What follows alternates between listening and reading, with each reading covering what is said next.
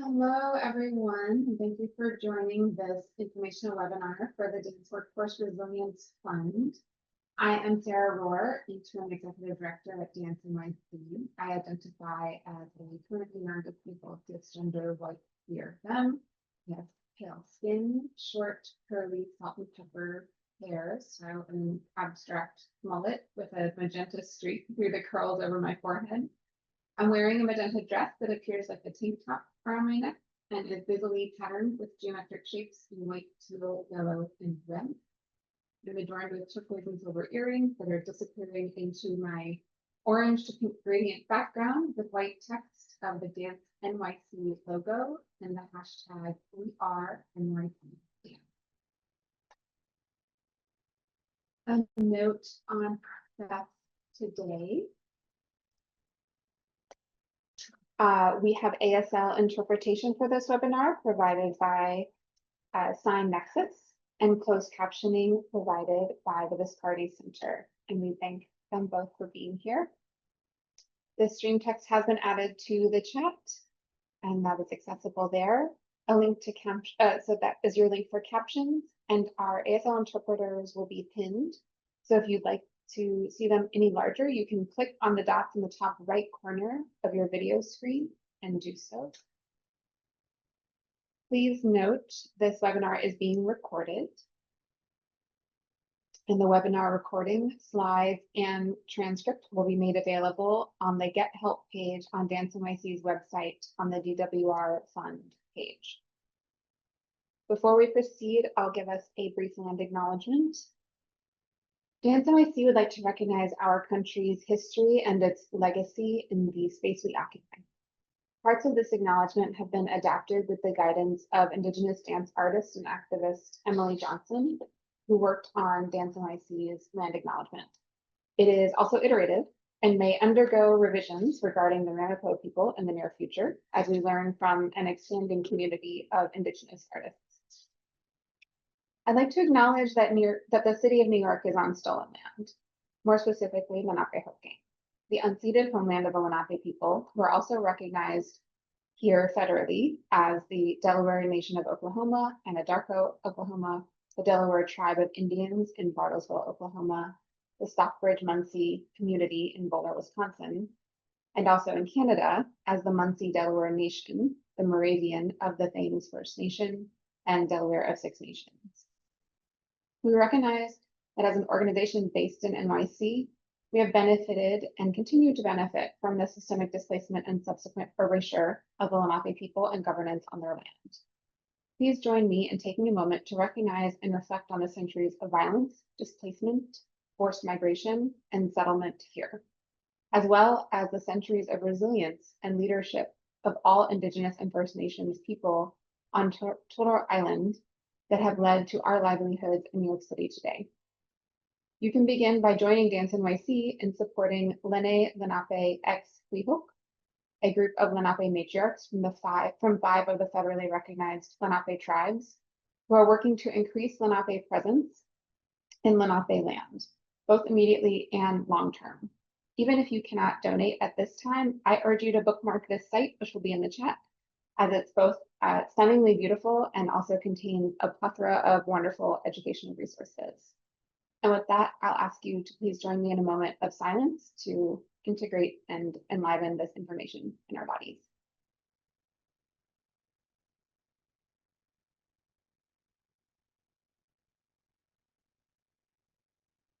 Thank you all. I'll switch gears now as we move on to details of what this webinar will entail. The purpose of this webinar, adjusting, okay. The purpose of this webinar is to encourage participants to successfully complete the DWR Fund application. I'll be speaking for approximately the next 20 minutes or so to first provide guidelines for this webinar, the space that we'll share together, and then do a brief overview of the program, reviewing eligibility, evaluation criteria, selection priorities, grant awards, and the program timeline. Then I'll pass it to my colleague Rithika, who'll go through the application process as well as do a brief demo in Submittable itself. At the end, we will field questions and answers that come in during the webinar. before we part ways again. So first, guidelines for this space. We will ask that you please mute yourself if you're calling in. Dance.NYC so far has muted all participants. Do submit questions as they occur to you. You don't have to wait to the end. Please use the chat feature to do that, and then we'll collect and answer as many as we can get to during the Q&A session toward the end. When you do submit questions, again, please use the chat feature and avoid the raise your hand option, as we're unlikely to be able to pause the presentation prior to getting to the Q&A. And as you're bringing questions up, we ask you to consider questions that may apply to additional potential applicants, keeping in mind that we do have one-on-one technical assistance available for any hyper-specific inquiries. So we'll move on with that toward sharing more about the program and the application process. So for those who are not already familiar, this is the inaugural pilot of the DWR Fund.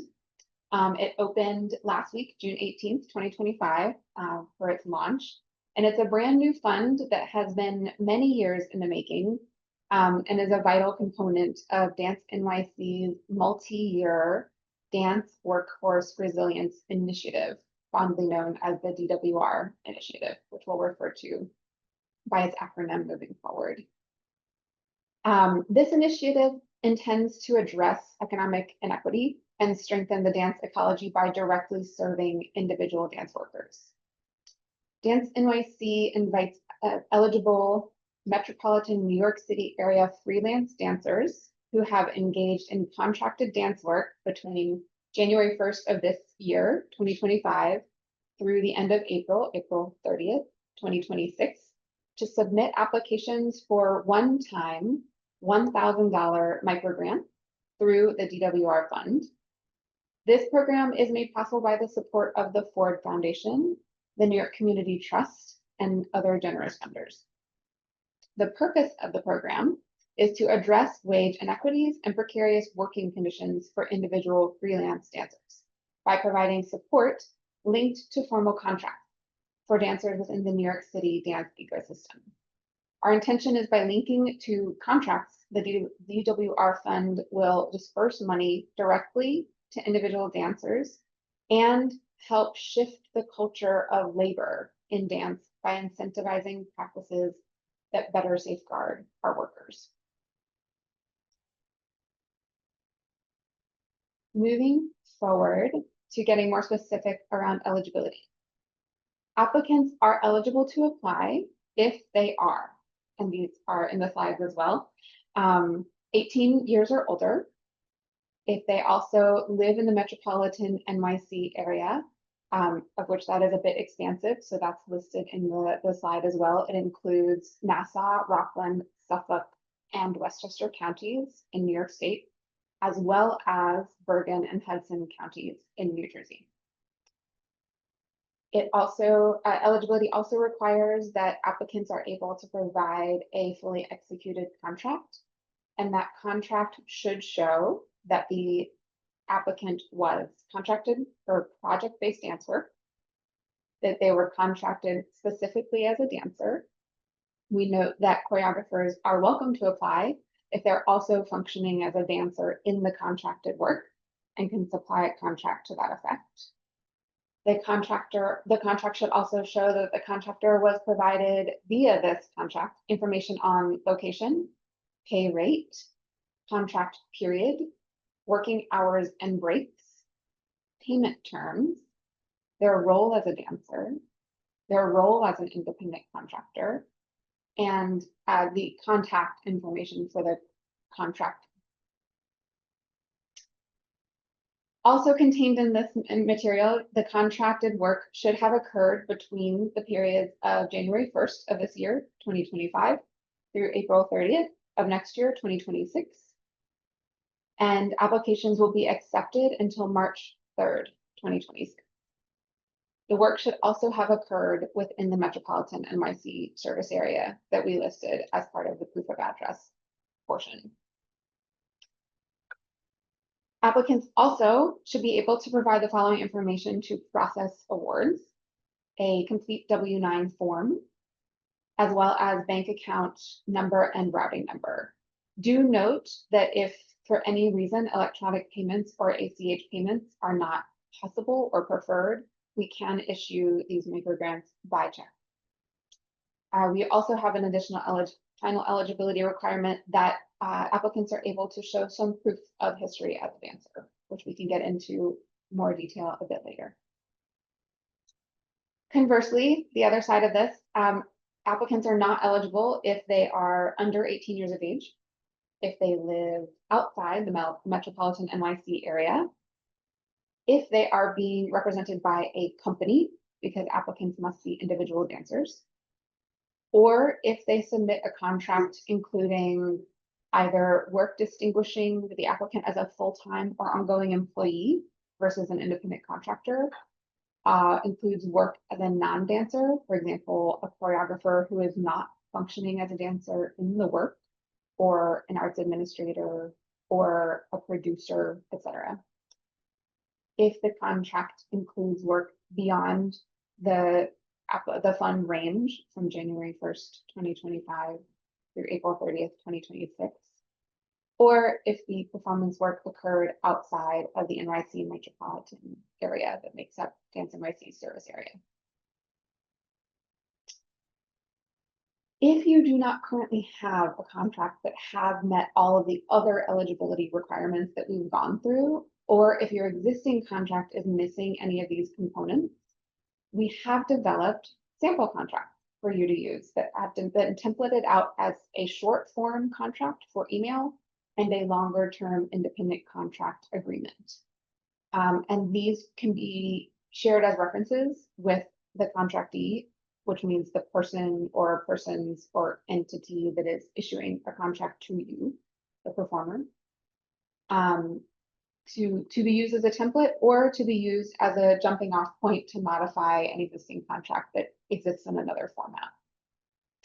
If you have more specific questions about your contract's eligibility, I'll remind you that we do have one-on-one sessions, either with a legal consultant that is part of the grant making team for this fund, or for more application specifics with members of the Dance.NYC team.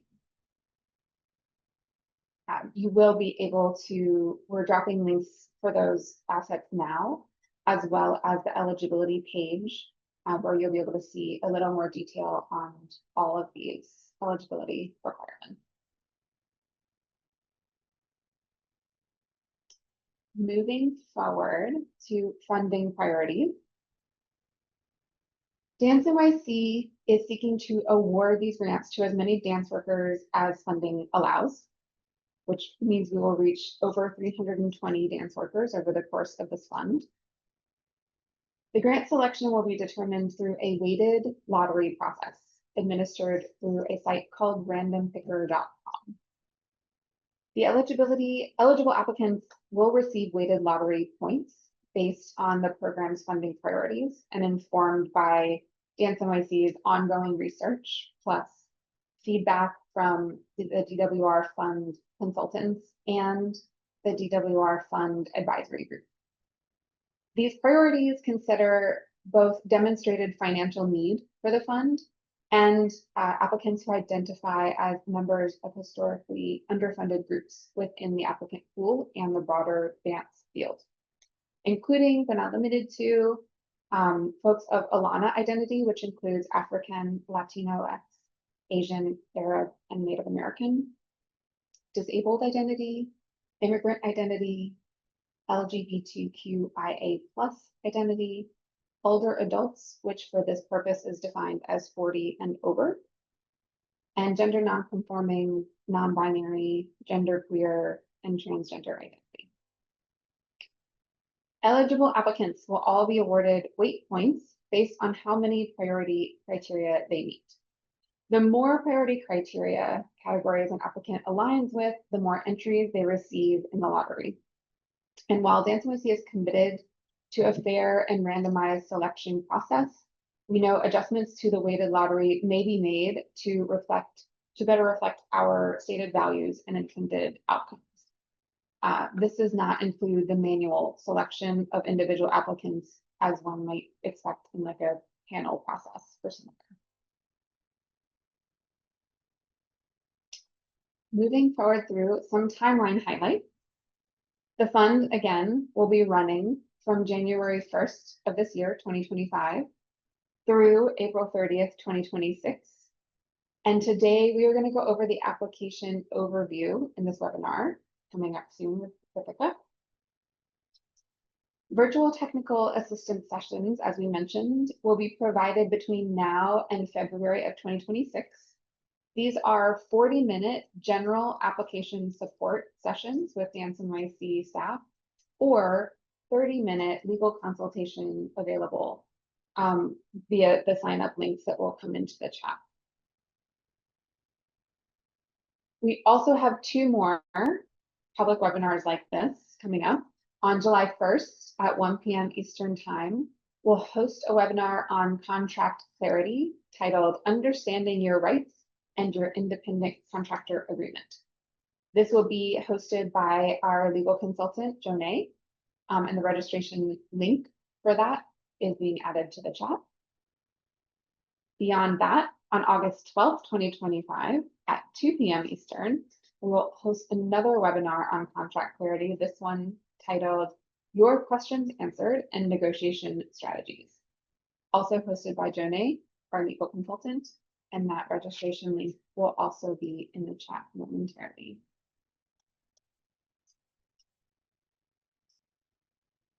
Other timeline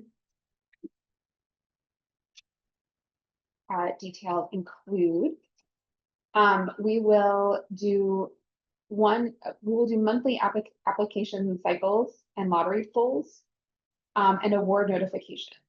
The full schedule for this is now listed in the slides and also on the DWR Fund webpage, which is, again, will be linked here for you in the chat.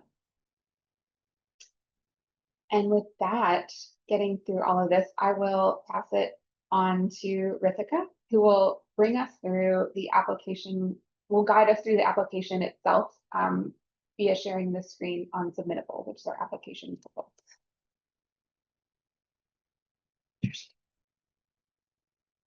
Thank you, Sarah. Hi, everyone. My name is Rithika Ashok. I am the grant-making assistant at Dance.NYC.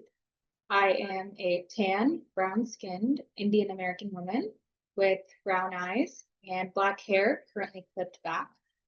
I'm wearing a black top with black buttons and gold jewelry, and I'm in front of a blurred white background. I will now take some time to walk you through the application guide for the DWR Fund. We will be dropping a link to that application guide in the chat right now. This guide includes all possible questions that appear in the DWR Fund application. You may not have to answer every question as you're completing your application, but as of this time, I invite you to follow along with the application guide so that I can walk us through a demo of the actual application in Submittable. So what you see in front of you is the DWR Fund application. This application includes 6 sections, which is also preceded by an eligibility form. The eligibility form includes 5 yes or no questions to determine baseline eligibility for the DWR Fund prior to completing the full application. What you see on your screen right now is this eligibility form. We're going to walk through this together. Essentially, we're asking for baseline eligibility questions here. Question number 1, do you identify as an individual freelance dancer? For the sake of this demo, I'm going to answer all questions as yes, meaning I would be eligible for this fund. Am I 18 years of age or older? I'm answering yes. If I live in the metropolitan New York City area, I will again select yes. And confirming that I'm able to provide a fully executed agreement that shows that I was contracted specifically as a freelance dancer for project-based dance work between the indicated time period of January 1st, 2025 to April 30th of 2026. Again, I'm answering yes here.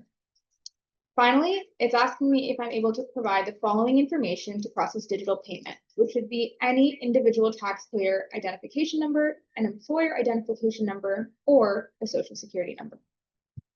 Assuming that I am eligible, meaning I answer yes to all of these questions, I've now selected yes, and I'm going to click next to proceed. Perfect. Now what you see is a full application. If you answered no to any of the previous questions, that would consider you ineligible for the fund, and you would not see the screen. If at any point you believe that you may have answered one of the eligibility questions incorrectly, please be sure to email the DWR Fund inbox, and we will be happy to help you. I'm now going to walk us through the full application. So here we have the instructions. We're also talking about the lottery rounds, as Sarah mentioned on this page. You can click any of the following links, or look at our full program overview, our frequently asked questions, or contact us directly at our inbox if you have any questions in regards to the fund. You may also start this application and save it as a draft, which will be a button at the bottom of your screen, and that'll allow you to return to finish this application at any time prior to the monthly application deadline. Okay, I'm going to move forward. Our first section is applicant information. Here, you'll be able to type in your name.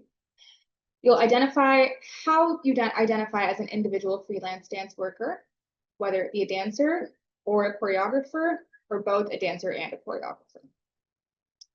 In the next box, you'll be able to add your street address.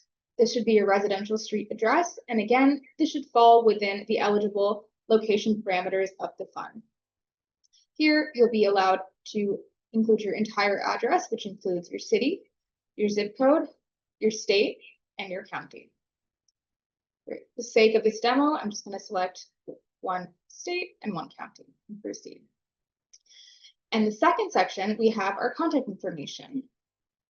Here, you should include your email address, your phone number, and then also select what is your preferred communication method with respect to your application for the DWR Fund.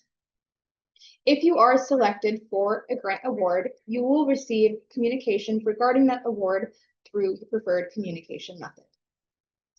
We also have a box here for you to let us know of any accessibility needs you might have during your participation in the DWR Fund application process and in our communications with you. I will now proceed to section 3, which is our payment details. In the payment details section, you will have to provide your tax identification number and banking information in order for us to process award funds if you are selected for the fund. So here, please include your full legal name. This must match the information used to open your bank account and reflect the identity of you, the applicant. Please do not use the name of another entity or another individual. We will only be able to deposit funds into an account that belongs to you, the applicant. Here, I can select which taxpayer identification number I will elect to share with Dance.NYC. If I select Social Security number, a box here will pop up for me to add that number, and it's same with any of these taxpayer identification numbers. This must, again, match the information used to open your bank account and reflect the identity of you, the applicant. We're asking for this information in order to submit funds via direct deposit. We have selected this payment method to ensure grant awards are available as quickly as possible. Again, as Sarah mentioned, if you are unable to receive funds via direct deposit, your payment will be processed via check to the residential address you indicated in the application. Please note that check payments may take additional time to process. Here, I can select my preferred payment method. As I mentioned, if I elect to receive funds via direct deposit, I will have to provide my bank institution name, my routing number, and my account number, and confirm these payment details are accurate. If I choose to receive funds via check, here you'll be able to provide your residential mailing address, which is where the check will be mailed to. Again, you'll have a checkbox here to indicate that you have confirmed the accuracy of all payment details being submitted in this application. Finally, the last part of the payment details section is including your IRS form W-9. As a reminder, this is required as a part of this application. I'm now going to move on to section 4, which is our demographic data. In the demographic data section, you will be asked to fill out demographic information about yourself. When conducting the lottery, Dance.NYC will consider the role historically under-resourced groups, including Alana, LGBTQ+, women identifying, gender nonconforming and/or non-binary, transgender, older adult, and immigrant artists all play within the applicant pool and the wider dance field. In addition, if you identify as a disabled individual, the application will include space for you to indicate if funds need to be paid on an installment schedule to avoid jeopardizing Social Security disability insurance benefits. I'll now walk us through this section. Here, please take time to select all that apply to you. You can select more than one, and you can also elect to decline to state if you feel that's appropriate. It's going to ask for your ethnicity and race. We then ask you to identify your gender identity. Moving through, we have a section for sexual identity. We will then proceed to disability status. And here, I'm just going to demo. If you do identify as a disabled person, here is a space for you to let us know if these funds need to be paid out on an installment schedule. Finally, we have a section here to select whether or not you identify as an immigrant. That is the section for demographic data. I'm then going to move on to section 5, which is our narrative section. In the narrative section, you will be asked to attach your contract and provide brief information about the contracted work, which includes a description of the opportunity, how many people, who was involved, and whether it was in person or online. You will also be asked to attach documentation to attest to your proof of history as a dancer, which can include, but is not limited to, previous programs, playbills, performance videos, dance reels, press reviews, a resume or CV, or website links. Here, as you see, there's also a question that is asking about how you identify your current financial situation. Please select all that apply to you that will best describe your current financial situation. Here, you have a space to provide more contracted dance work details. Again, if you need a guide on what we're looking for, please be sure to read these brief descriptions under the space. Here it's telling me that I can provide information about a description of the opportunity, how many people were involved, who was involved, etc. Again, here is a box where we can attach our contract. You have the ability to select up to 3 files to attach here. These file types should be either a Word doc file, docs, or a PDF. Again, please take some time to read the guidelines in the contract section, this brief description here. As a reminder, the work should have taken place between the eligible parameters of the fund, which is January 1st of this year, 2025, to April 30th of next year, 2026. If you are a choreographer, the contract that you attach here must indicate that you also have functioned as a dancer in that contracted work.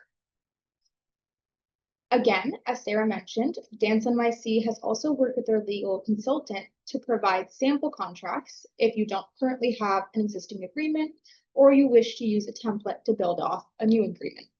These contracts are linked here. You can simply click on these links, download, and use that as a baseline to fill out, or again, just use it as a guide to maybe structure your own contract with your choreographer or whoever you are working with. Once you attach this contract, please be sure that it's saved with your name at the beginning. The format that we would like it to be seen as is indicated here. It should be your name _ DWR Fund contract. The final attachment for this application, as I mentioned, is something that shows your proof of history as a dancer. We have a lot of possible materials that we can accept that show and demonstrate your history as a dancer, which includes but is not limited to previous programs, playbills, performance videos, dance reels, press reviews, a resume, CV, or your website links. If you have any questions about maybe what you could include in this section, please be sure to visit our FAQs, or again, we're always available at the DWR Fund email. Here, You can also have a space to add how this award will have an impact on your sustained freelance dance practice. Essentially, how will the DWR Fund Award help you directly? Perhaps it'll have a potential impact on reducing any financial burdens as it relates to your health needs, your expenses, your access to housing, your access to food, etc. That is the main actual portions of the application. We finally move on to the last section, which is just final considerations. Here, Dance.NYC is collecting some information about the application process. We also give you an opportunity here to opt in to receive notifications via email about Dance.NYC's activities as an organization. The only required part of the section is the confirmation at the bottom. Here you see the reporting question and our contract question. Both are essentially asking you to agree that by submitting your application, you are affirming that the information that you provided in this application is true and verifiable to the best of your ability. That is all 6 sections of the DWR Fund application. To review, we had the eligibility form at the beginning, which had those 5 yes or no questions.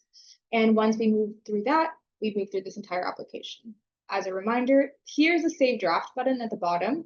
Please feel free to click Save Draft and work on your application at any later time. As a reminder, we have our timeline posted to the DWR Fund website page that will have more detailed deadlines about each monthly application cycle and when those applications are due. I'm going to take a moment now to stop sharing screen. Thank you for walking through the demo with me.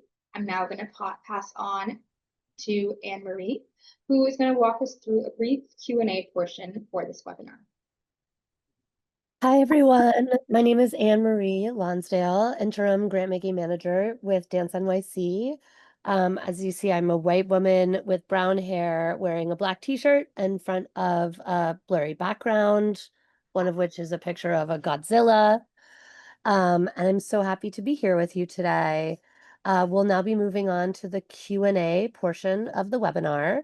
And anyone who has a question can feel free to submit your question to the group using the chat feature.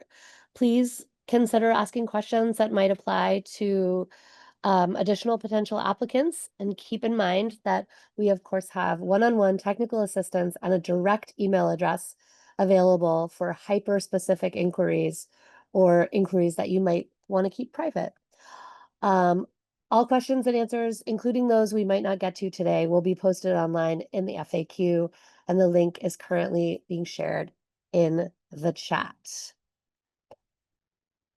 If we don't have questions from the group today, maybe some of my colleagues from Dance.NYC have a question that they want to share into the space, but I'm also very happy to answer some commonly asked questions. Wanting to address first and foremost that this is, yes, taxable income for dance labor rendered. So this will be taxable depending on how you file your own taxes. We encourage you to get advice on your specific tax situation. And we cannot provide such advice because we are not accountants. I'll also want to address Dance.NYC's privacy policy and let you know that you can learn more about our data access and privacy policy on our website, which is also linked in the FAQs. We will keep your private information secure and we are using Submittable to collect applications, which is a secure online portal. And you can learn more about Submittable's security procedures by visiting www.submittable.com/security, and that details their security and privacy policies. The other thing that I would like to address as well is, let's see. that because we are using Submittable to accept applications, if you have technical issues with Submittable itself, we will suggest that you get in touch with Submittable's help directly. You can reach them at support@submittable.com. If you have questions about the contents of your application and the information that you are putting into the form, or need clarity on your application, you can feel free to reach out to the Dance.NYC team at DWRFund@dance.nyc. And Sarah, any other questions that you want to add, maybe in the chat?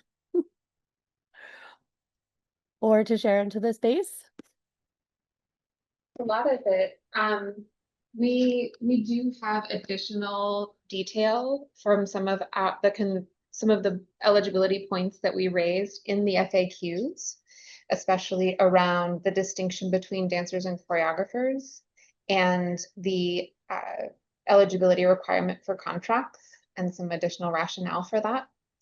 But like Anne-Marie said, our email is available. You can expect responses from us consistently within about 48 hours on that email. And we hope to see lots more applications coming in. Oh, one more thing that I will add that is an exciting feature of this application process is that applications can be rolling. So if you submit an application and you are not selected in the first month, your application can roll to the next cycle and on through the life of the fund. And there will be a series of selections over the life of the fund. So just because you are not chosen by randompicker.com in the first month does not mean that your application disappears and you have to try again. That is something that is different than other Dance.NYC applications that you may have filled out before, or annual applications that you complete with other organizations. So that is something to be aware of. And now I am going to wrap up.